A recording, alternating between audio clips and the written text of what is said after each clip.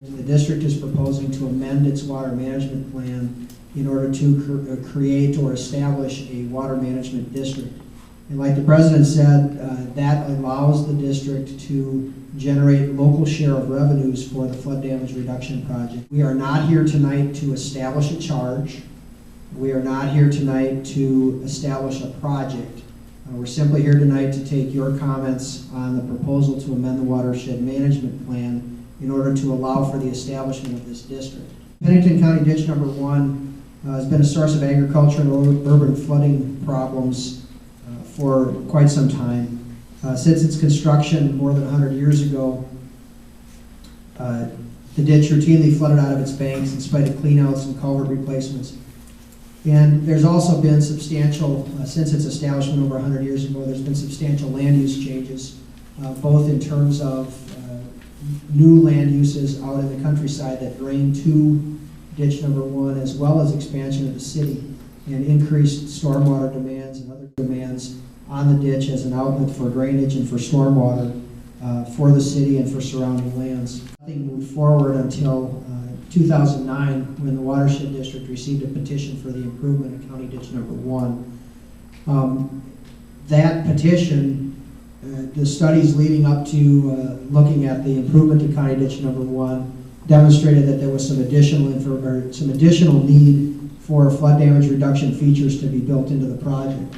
And because of the limitations of the drainage code, those types of improvements could not be built in and then charged back to the landowners that are assessed for drainage benefits. It was purely a flood damage reduction project, and so the district initiated a project under the drainage code, not under the drainage code, under the watershed law for the flood damage reduction. Here's just some general pictures of some flooding that has occurred and does regularly occur in the area. This was a couple of years ago. Based on some study that's gone on actually for decades and some concerns, it finally resulted in this landowner petition in 2009, which gave the watershed really the legal duty to follow through and develop either a project for improvement, or what is being contemplated at this point is both a drainage improvement and a flood damage reduction project. One portion of the project is for drainage, that's where your water goes, and another portion of the project is to protect properties and eliminate a potential flood problem for an event as large as what we call a 100-year event. That's a flood event that could occur based on a rainfall of over 6 inches within 24 hours in the entire drainage area. When we got the ditch petition, the question was, why can't we just make the ditch a little bit bigger and bring that through town? Well, ditch law has this stipulation in it that states the cost of the ditch improvement itself cannot exceed the benefits. And if our study has shown that if we were to actually just increase the size of the ditch south of town and continue that all the way through the city of Thief River Falls and just basically enlarge the ditch, we start running into so many infrastructure problems, roads, utilities, homes, garages, apartments, that the cost of the improvement would exceed the benefits, and the project isn't even allowable to proceed under that basis.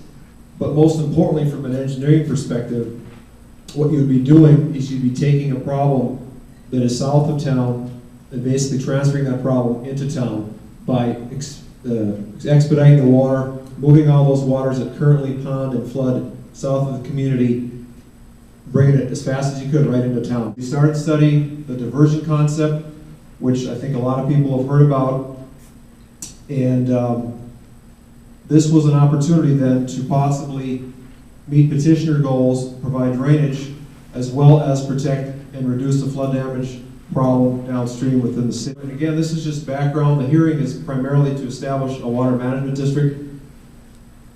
But this being County Ditch 1, we looked at alternatives of diverting water to the east, as well as to the west, and also improving the ditch with a diversion included, such that drainage and 10-year protection was also provided north. And came to the board also came to the conclusion, and they ordered the engineer to look at a diversion going west at Challenger Road. It's also County Highway 8, providing 10-year protection to the south of the point of diversion, the diversion here, and then also improving the ditch all the way to a point at Greenwood Street where storm sewer would be installed to basically cover the ditch from that point going all the way to Highway 59. We looked at several alternatives, one which could have included possibly lowering the pipes at Highway 59 or making them larger in those cases, but we felt given the cost of that and the issues with infrastructure, we have a design that works with the existing pipes going onto Highway 59 to minimize costs and impacts at that location. Okay, tonight most people are interested in, well, how's the project like this going to be possibly paid for? And the funding sources are by law for a ditch improvement, the benefiting landowners, and who also has come to the table for the flood damage reduction portion are agencies, specifically the Red Lake Watershed District and the state of Minnesota. The Red Lake Watershed District has a, I guess I would call a pending grant agreement with the state of Minnesota for 35% possible paying for the FDR component. And I don't know if you, I guess you can see that, but the breakdown then of the cost is the ditch improvement portion only then is estimated to be $1 million. And then the FDR portion, which includes the diversion, it includes the storm sewer, is estimated at $2 million, okay? The $1 million is assessed to landowners throughout the entire drainage area. The FDR project would be assessed then to this proposed water management district to the tune of 30% of the overall water management district cost share of the $2 million, which, as the petition to the Board of Water and Soil Resources says, is not to exceed $700,000 as far as the charge to the water management districts. The term of the water management district is for 20 years, or not to exceed 20 years. However, the board may choose to keep the district open for perpetuity to have maintenance costs and other abilities to charge monies to keep the project maintained. And so what we've got is a formula set up to basically consider that in the overall equation of what properties will pay. Cut through all the numbers to generate that cost share on the local side of 30%. Your average homeowner could pay a little over $4 a month, okay, for that smaller lot in Thief River Falls. That's per month, or they could pay a one-time charge of a little over $600. A bigger home, a rural home on a 2-acre lot would be, I think that says $16 a month. So this is not intended to be exact or precise. It's intended to show a representation of the formula and how this assessment will be done once we have every single parcel available. We will take public comment, and we have one letter that I'll have Myron read out loud, and then we'll start in with whoever wants to go up to the podium, state your name and address, and we'll take one question at a time. It's from Robert Roush, 1227 Edgewood Drive, Thief River Falls, Minnesota. To whom it may concern, I'm writing to you because I was unable to attend the Ditch 1 drainage meeting on the 31st. My question and comments are as follows. Every month on my utility bill, I pay a stormwater fee. Ask me my friends and neighbors, where did that money go? General stormwater maintenance and improvements? That's a question. This is not a new development assessment, but a maintenance issue.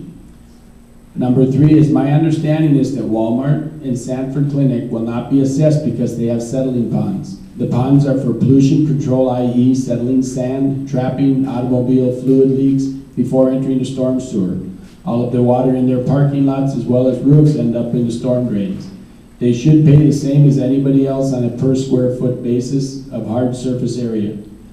Please remember that for the most part, rain and snow on a grassy area soaks into the ground. Sincerely, Robert Roush. If a person's life is lost because of this ditch, would it be worth a few cents or dollars that might be saved? A diversion, right? That diverts all of the water from the south that would come through town. So essentially that's a new outlet for all of the problem to the south, right? But none that's being charged for drainage, from my understanding. Is that right? It's all being charged to flood damage reduction rather than part of that for the actual drainage? By increasing the upstream drainage system to a 10-year runoff event, the city portion of a legal drainage system would no longer be adequate to handle the accelerated runoff the city would then see with the improvement in flows. Because if any flows above a 10-year event would cause flooding within the city, the system within the city would also have to be improved, and because of land use changes and the growth of the city, we are not able to attain that goal without a diversion. So the diversion is put in because we can't improve the system the way you generally improve the system. However, they're only asking for a 10-year event. We could improve the system through the town at a 10-year event, but you couldn't do that because you flood the city out an 11-year event or a 12-year event. So therefore, the diversion has to be put in to protect the city for the 10-year event, not the landowners. The landowners can get a 10-year event, but we can't just charge the landowners to divert all the water, or because they're already paying for their 10-year. I'm not asking for all of it to be You're saying a portion. I'll continue on. 10-year event Okay, that the ditch is being designed for, but they are paying for a 10-year event for which the ditch is designed for. but not on the diversion. No, Right. no. That's my point. I'll just continue by completing the diversion, we can be assured that the upstream landowners will have the same drainage ability that the residents within the city presently have. With the installation of the proposed 2 by 2 48-inch equivalent arch-sized stormwater sewers, we can reasonably be assured that the city will be protected to a 100-year event. It is also hoped that with the 100-year design, future land developments within the city and north of County State 8A Highway 8 will not add to the drainage issues in the future. So the answer to the question is they aren't paying for the diversion part, that's the flood damage reduction component, but they are paying for their 10-year protection that they could get just running it through town, which wouldn't be safe for the town. Does that kind of get your answer, Glenn? I'm not convinced. I guess my point is that we don't know what that cost is. I mean, and the engineer's best estimate on what the cost per acre is. And I understand that you need to make those estimates just to show us. My question to the board is, why the rush to form this water management district? Why don't we wait until we have real numbers? I mean, the numbers you're presenting me certainly seems reasonable to move forward with this project, but I want to, you know, I would certainly like to see what the actual cost is before we make that, number one, make that commitment to do that, to form this district. And there's not many people here. There's hundreds of people that are going to be affected by this new tax, and they need an opportunity to voice their concerns about what that may be. This process of establishing the capability of the district, of the water management district, is a necessary first step before the district gets into finalizing the project, finalizing all the charges, figuring out how they're properly allocated, and then finally establishing the project. And there's a whole separate public hearing process that's necessary before that occurs, and we're just not there yet.